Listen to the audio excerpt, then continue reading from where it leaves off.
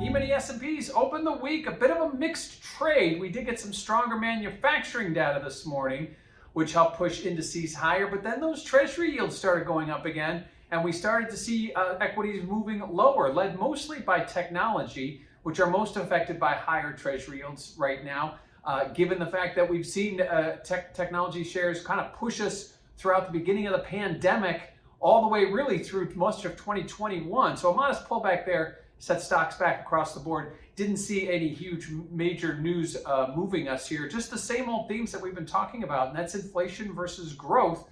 And of course, we got those extra normally high inflation numbers last week, which will be certainly on the forefront of market traders as we continue to try and see what the Fed will do about it.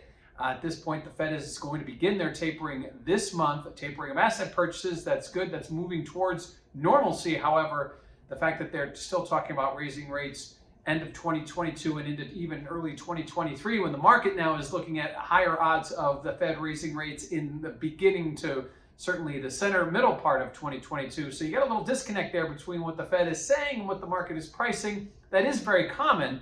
And certainly we have a lot of time between either of those expectations become reality. But at this point right now, higher rates would certainly keep stocks from moving as high as quickly as we've seen here over the last year and a half. And again, equities do end today roughly unchanged to slightly lower, holding in there right around 46.75.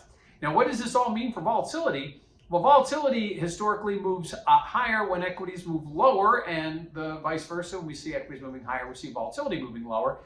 Today we saw basically a mixed trade in equities and the indices themselves, and volatility was relatively stagnant, nudged ever so slightly higher. Likely some premium risk priced into some of the news that we have coming out later this week, but ultimately volatility not near any of those key thresholds. The VIX index well below 20 and well off the lows we've seen since the pandemic. So at this point we're kind of in no man's land, waiting for that next catalyst event, whether it be some earnings report, whether it be some data, whether it be a Fed speaker.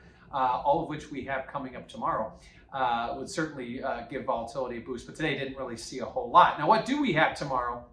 Key focus is going to be on retail sales. And will that be sort of the first step in the growth process? Likewise, we get earnings announcements from some major heavy hitters, Walmart, Target, and Home Depot. So clearly, there could be some big news coming, whether it's stronger earnings, whether it's stronger retail sales, or the latter could be weaker retail sales and weaker earnings. Either way, we're going to get some big news tomorrow. Likewise, we get a slew of Fed speakers. And right now, the Fed has a lot of explaining to. As I mentioned, that inflation versus growth debate. Yes, inflation is high. Yes, it's been running high. The Fed continues to stand its ground that it is only transitory and will be gone before you know it. Clearly, that hasn't been the case yet. And likewise, the growth numbers have been disappointing, as we saw in third quarter GDP. So at this point, low growth and high inflation is not a combination the Fed wants to begin raising rates into. Right now, they are not raising rates. They're only paring back on their asset purchases, but the market wants higher rates sooner, as we've seen priced into those Fed funds, taking us from the end of 2022, early 2023 to the middle of 2022, sort of in sync with some of the other central banks around the world. At this point, though, nothing has changed. We obviously will get talking points from some of these Fed speakers. We have some retail sales tomorrow. We have a number of earnings reports, so a lot can change over the next 24 hours. So equities open the week up, roughly unchanged where they closed on Friday, with some retail sales coming, big name earnings, and a whole lot of Fed speakers.